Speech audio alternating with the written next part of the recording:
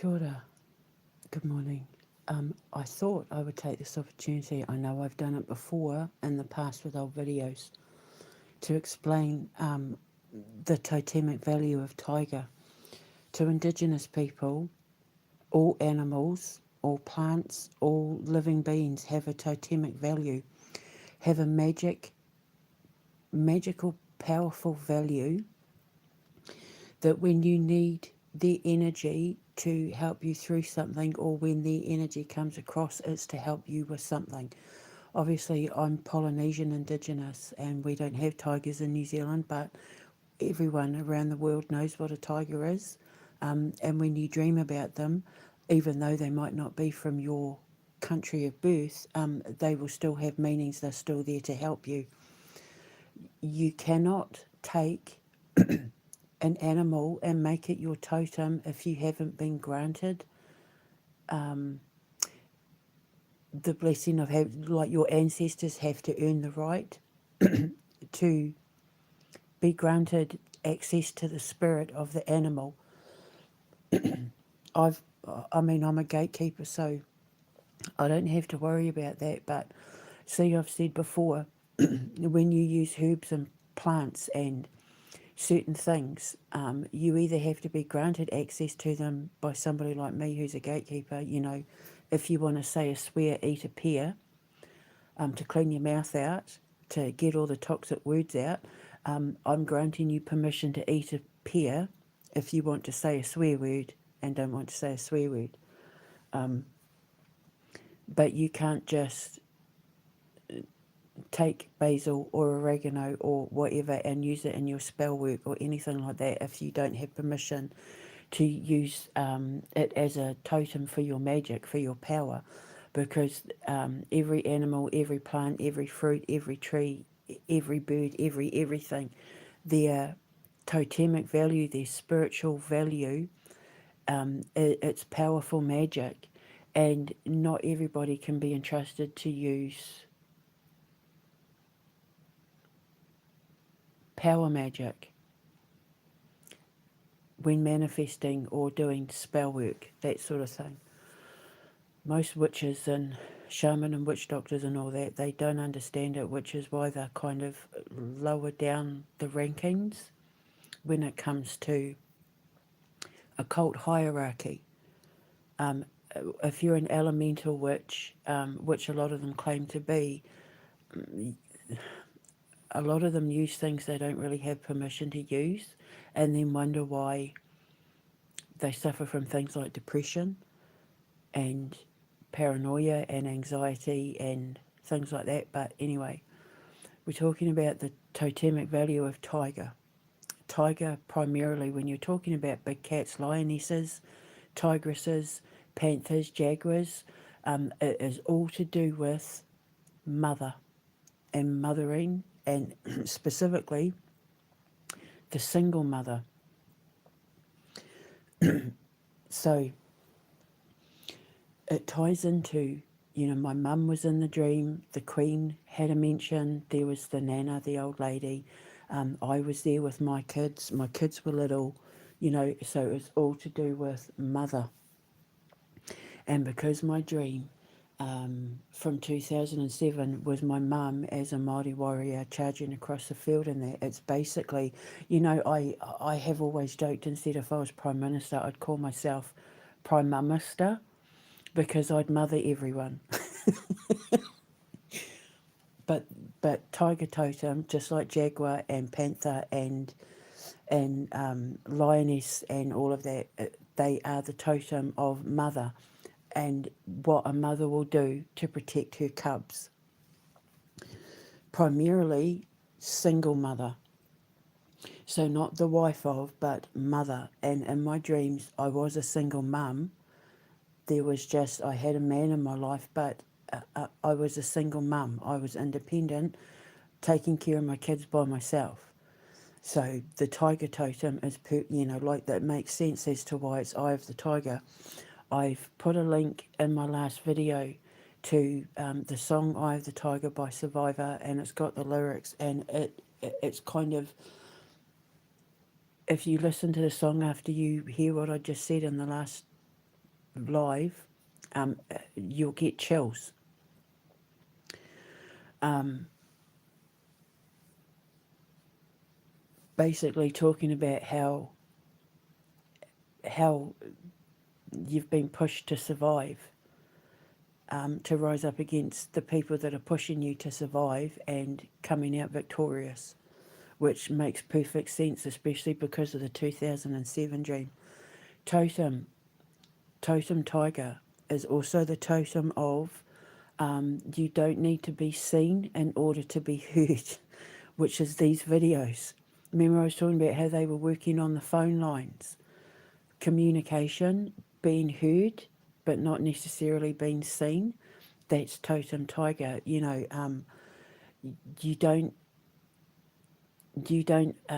have to see a tiger to know it's raw. Like, when if you're in the jungle and you hear a tiger roar, it's going to have an effect on you. You're going to feel that fear. You're going to feel its power, even though you won't even see it. Totem Tiger is also gaining strength in the background, being heard and feared and respected without having to be seen, and having royal power, regal power. Tigers are like lionesses, big cats, pretty much. It's like it's royal power. And remember, in the dream, it was the Royal Navy. So it's like harnessing my royal presence, because of my bloodline, harnessing the royal power through Totem Tiger in order to be heard while staying in the background, which means my messages, my videos that I'm putting out, the stuff that I'm posting, even though people can't see me, my message is getting to the right people and I'm being heard and feared. It's, as it should be with people like Keir Starmer. That's Totem Tiger, the power of camouflage. You don't have to be out front standing on a podium in order to know and understand the power and presence and royalty and grace and dignity of Tiger when she roars. They are fierce protectors of their cubs, fierce protectors of their family line, but they like their solitude. They are social animals when it comes to their children and that, but they prefer to stay in the background. So it's basically talking about me having power over people through my words, through my voice. Even though people can't see me, they know my presence and they know how powerful it is. So some people respect me, some people fear me. That's Tiger. That's Tiger Totem. Their magic is exceptionally powerful because they have like the power of infrared vision.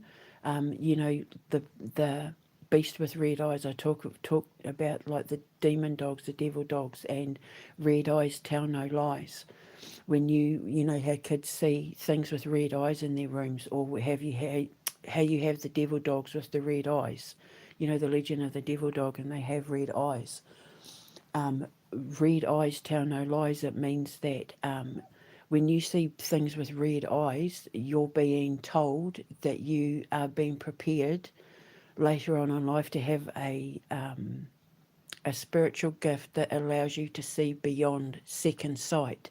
So beyond what you would call psychic vision, beyond clairvoyance, infrared vision, that you see you will be bestowed the gift or given the opportunity to train to enhance your gift in order to see beyond the normal realms of extra perception, like clairvoyance.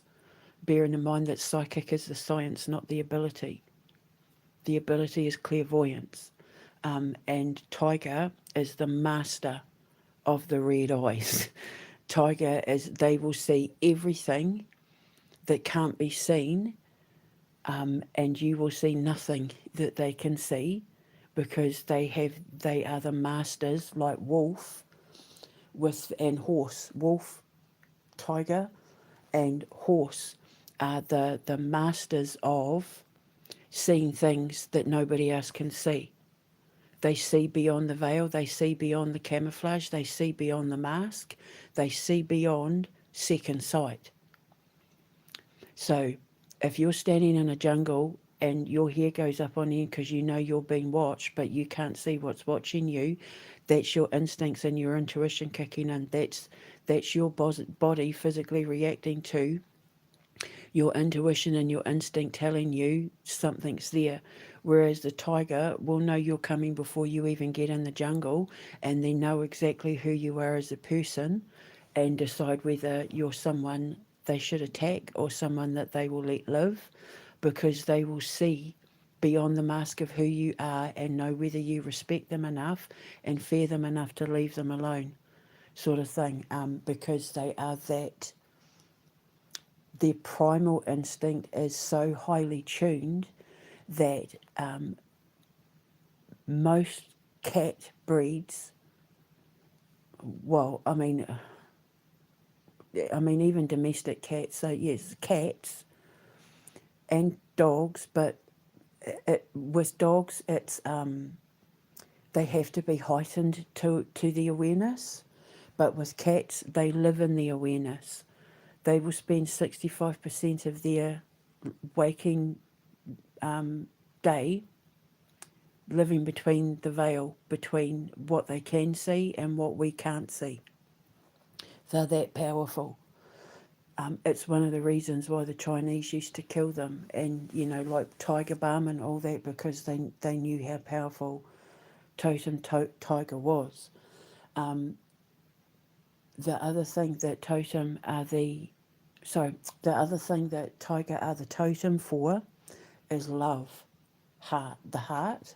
And remember, I was saying it was warming my heart to know I was helping the veterans, the homeless men that were veterans. Tiger rule the heart, all to do with love, motherly love. They are the rulers of motherly love. So it ties into the dream. It ties in perfectly to the dream. And it's just funny because, like I said, I keep saying if I was Prime Minister, I'd call myself Prime Minister, because I'd mother everyone. I'd kick the ass of anyone that put my kids under any kind of threat without hesitation. I'd maul them like Keir Starmer and his government, and that I'd be holding the police responsible, the judges, the lawyers, everybody that threatened my king. I'd be holding them all responsible to the nth degree of the law. But for everybody else, the normal, average, everyday Brit, Englishman, and that, I'd be mothering them. I'd be taking care of the veterans. I'd be looking after the elderly. I'd be giving support to single mums and helping dads get rights to their kids again, and restoring traditional family values again, getting the church bells ringing, getting people back in the churches on a Sunday, that sort of thing, which ties into the dream. So the fact that that song ended on Eye of the Tiger fit in perfectly to the rest of the dream's interpretation. I love I used to be called Debbie Doolittle when I was little, because my love for animals and nature was such that I was known in my family for being able to talk to the animals. And I've got videos on this channel where you actually see me, where the birds are warning me about the dogs that are coming in to watch out for my kids, because the birds were protective of my boys, because there were all these dogs, and I'm saying, the birds are saying, watch out for the dogs are coming, and then we come around the corner, and then all these dogs are being walked, and and the birds were just wanting to make sure that my boys weren't going to be scared of the dogs and all of that, because I'm trying to wake Indigenous people back up, because Indigenous people have been so caught up with everything, the way they've been treated by their governments, and being fed addictions, and how it's just become acceptable that domestic abuse and child abuse and that in Indigenous households and that has become the norm. It's just accepted and it's not normal. And so I've broken away from that, which is another reason for that dream. With me moving out of my parents' home, I'm stepping away from the acceptable norms of domestic violence and child abuse in Indigenous families. And I'm trying to wake Indigenous people up to remind them, because like, I might not be able to speak fluent Māori, I might not speak the language of my people, because I speak the language of our ancestors, and it's Indigenous people have forgotten to speak the language of their ancestors, which is what, with a little help from my friends, is about. Lewis, when he steps into the portal and ends up at the Kelly Forest, he thinks it's the cookies that have taught him to how to speak to the trees, that has allowed him to speak to the trees and the animals and that, but it's actually that him going through the portal has awakened his ability to talk to the animals again. It's awoken a ancient part of him that he forgot, and it had nothing to do with the cookies. The cookies were just there because Brehenus wanted him to eat. It promotes my cookies in real life, and because they were treats for the animals, because she's saying to the animals, if you look after him, like, this is your reward. I'm one of these people that, even as a mum, I reward good behaviour. This is another thing that Totem Tiger is all about. Sociable acceptance amongst your circle. And one of the things that I do, and my kids will always, ever since they were little, I've had the mummy shop. And the mummy shop was, every time they did something good, like cleaned their rooms, pick up their toys, did their schoolwork, did their chores, they were nice to each other, they were polite, they were friendly, they'd earn mummy money. And if they were naughty, they'd get mummy money taken away. And I basically had a chart on the wall where, when they did their chores, when they got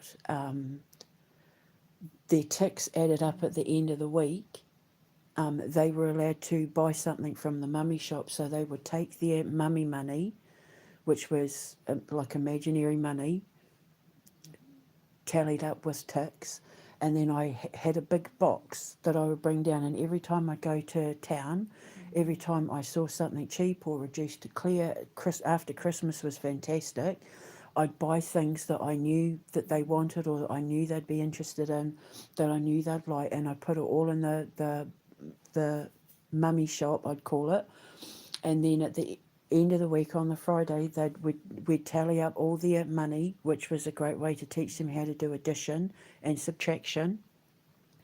And then whatever they had at the end of that, once they added it up, they were allowed to buy stuff from the mummy shop, and it showed them how to do maths, basically. So, if they had earned 52 mummy coins, then I would put it out on the table, this is worth this much, this is worth that much, and then they could say, okay, well, I'll buy this.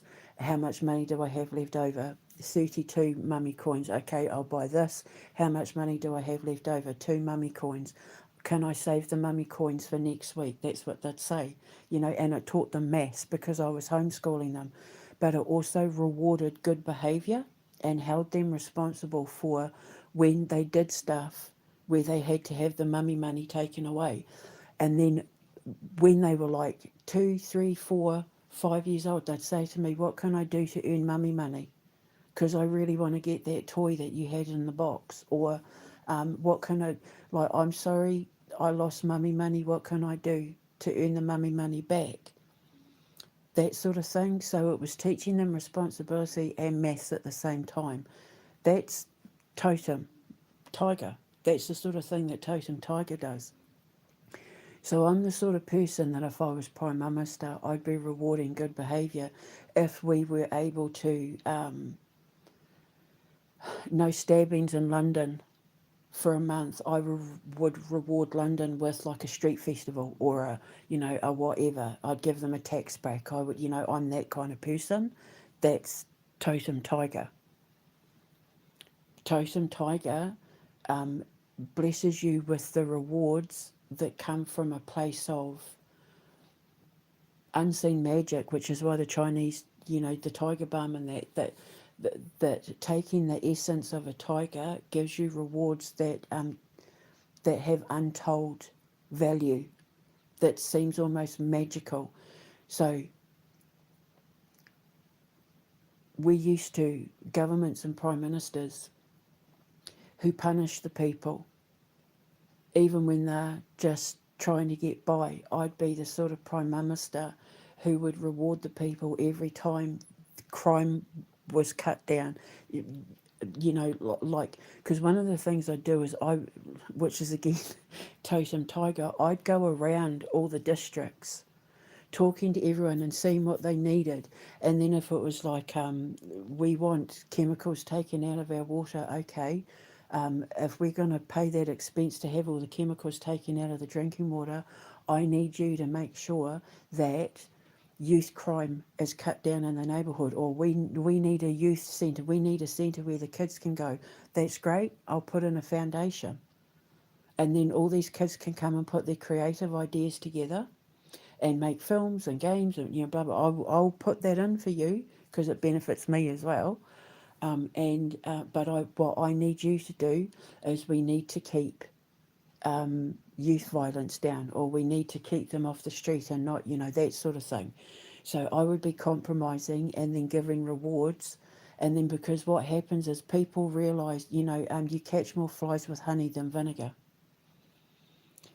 So I'd be giving them honey and saying, right, if you do this for me, this is what I'll do for you, and reward them. And so my children hardly ever played up. I hardly ever had any trouble from my kids. It was not very often that I had to. It was only once we moved to England and my ex got that job as art director or lead artist or whatever it was, when he started going nuts because he couldn't handle the pressure. And then I found out later on he was so bad at his job that other people were having to step in to help him do the work because he couldn't handle the pressure. He couldn't handle the pressure of being a leader in the games industry, and it was driving him nuts. And then he was taking it out on me, and I was absorbing it all, and then yelling at the kids, and I hated it. And then that's when I knew that I had to leave my ex, again totem tiger, in order to save me and my kids, to do right by me and my kids. It was one of the best decisions I ever made, divorcing Chris. However, I let him talk me into staying when I should have just walked away. I should have forced him to take on the responsibility of paying child support. His financial burdens weren't my responsibility, and he put them all on me. If it wasn't for me, my kids wouldn't have even had Christmas because he didn't want to do Christmas. He didn't think that my kids needed Christmas, and it was me that used to make him do Christmas. It was me that forced Christmas. Otherwise, my kids would never have even gotten Christmas. He said they got enough during the year because of me, because of the mummy shop. Because I reward good behaviour. I always have done. I tried to be the voice of reason, and my boys and I spent so much time just us together that I would take their mind off everything by, we would play, my son Thomas and I used to play FNAF, Five Nights at Freddy's, because he used to collect he's got had all the plushies and stuff. He used to spend all his pocket money and mummy money stuff on his little Halo collectibles and his FNAF noise and all that. And we used to play this jump scare game. I used to, you want to play FNAF, and I'd be like, I'd be shaking because if I got it wrong, if I forgot their names wrong or forgot, right, in order to stop this FNAF, you have to do this and you have to say this and you have to look away. And we had all these rules, and I used to be like shaking because if I got it wrong and I opened my eyes, I'd get a jump scare. That's totem tiger. That's what tiger does. everything that I was for my kids and their imagination and keeping them safe and away from. They didn't know that my ex was sexually assaulting me in my sleep and all of that, because I did a good enough job of keeping them away from it. I didn't really understand what was going on. I didn't know it was sexual assault. I thought he was just being a creepy perv. I didn't know what he was doing was against the law until I got locked up. When I was told that I was being domestically abused, I went to my boys and I said, look, I've just been talking to the lawyer in regards to my case, and I said, I've got something to tell you. I've got screenshots up on Instagram, actually. And I said, I've just found out that mummy was a victim of domestic violence. I was being domestically abused. And my son, who was 13 at the time, just turned around and goes, because he calls me mother, yes, mother, I know. And I was like, how do you know? And he goes, because I'm 13. And he said, and I know what domestic violence is, or don't know what domestic abuse is or something. And I felt so humbled. Like I felt so small because I thought here I was thinking I was protecting my kids. And it turns out they knew all along. Yes, mother, I know. But yeah, Totem Tiger, the mother, the single mum, we never had him around. It was always just the three of us. It didn't bother us though, because I made sure that we had fun. We used to do all sorts of things.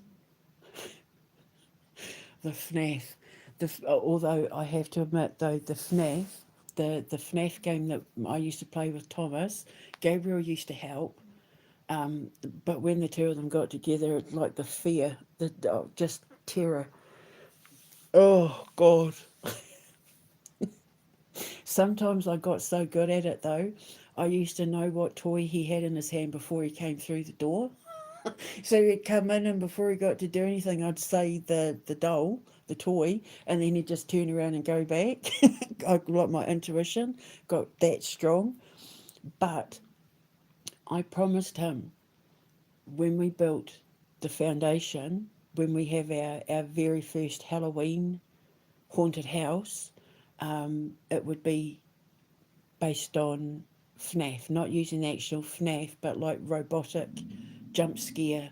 We came up with a whole thing for our first, the Amber Wilkinson School of Witchcraft. We're going to hand that over to the haunted house for Halloween.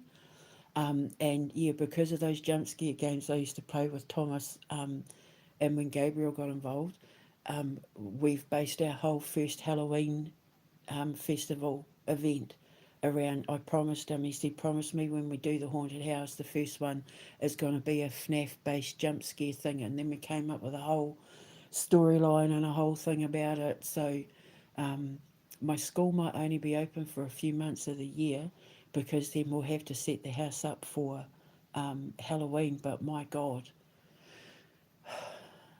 we've built this whole thing around, because I'm Totem Tiger, and I do things sociably, socially with my kids that will involve everybody else, but where I'm working in the back, which is perfect for me.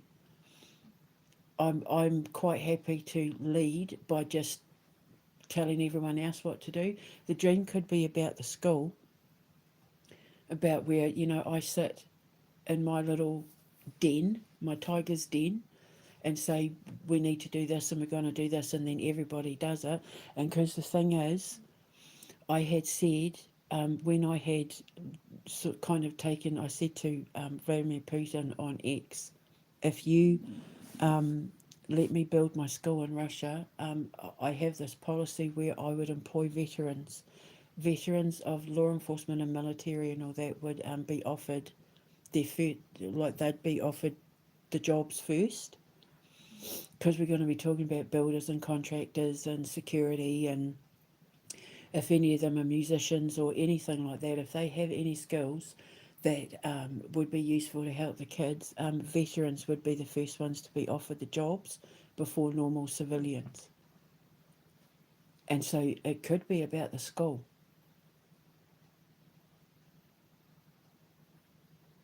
So, and the song ending with Eye of the Tiger could be about how I've built this.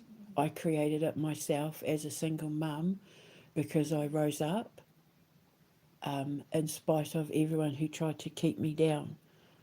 And we, my rise benefits everybody else. It could be about that, not necessarily being Prime Minister, but being leader in a way that benefits veterans. And that could be my school because I will, it doesn't matter what country I go to, whether I stay in Great Britain, whether it's Hungary, Russia, wherever I build my school, my policy is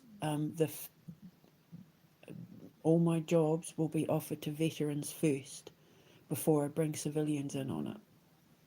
And then, of course, I need the help of all the farmers and stuff because I'm going to need farming and agriculture to help me with my dairy products and my food products and all of that. So, yeah. So it could be about my school, but it is talking about an uprising. And the thing is, my conscience won't let me leave until I know the king is safe.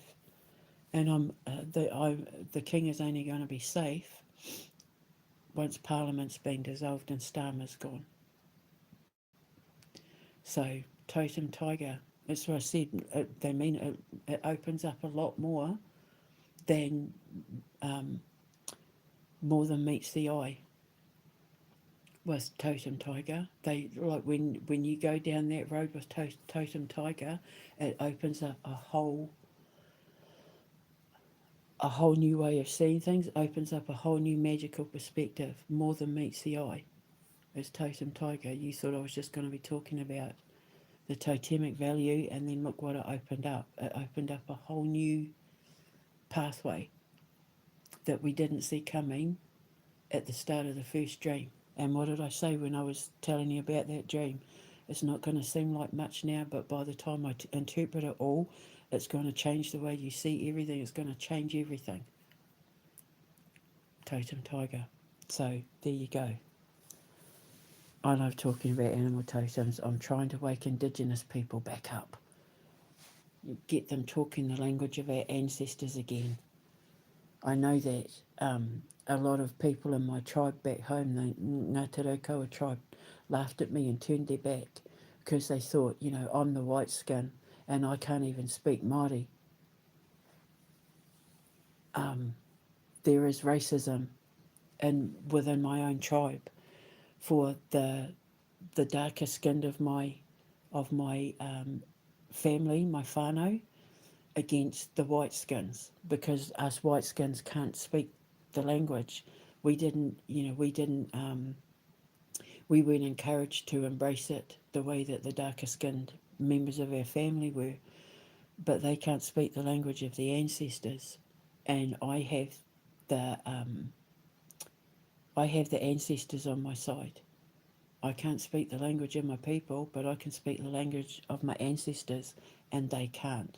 So all of them who judged us white-skinned Māoris don't have the power that this white-skinned Māori does, because I didn't make it just about me being Māori. I ingratiated my Celtic, my Pict, my Spanish, my German, my Egyptian, my English. I put it all together to help me speak the language of my ancestors. There's no true Māori in New Zealand that's 100% Māori anymore. They're all something. But yeah, there is racism in my own tribe between the darker skins and the white skins, and I'm a white skin black blood, but I speak a language that they will never learn in a million years.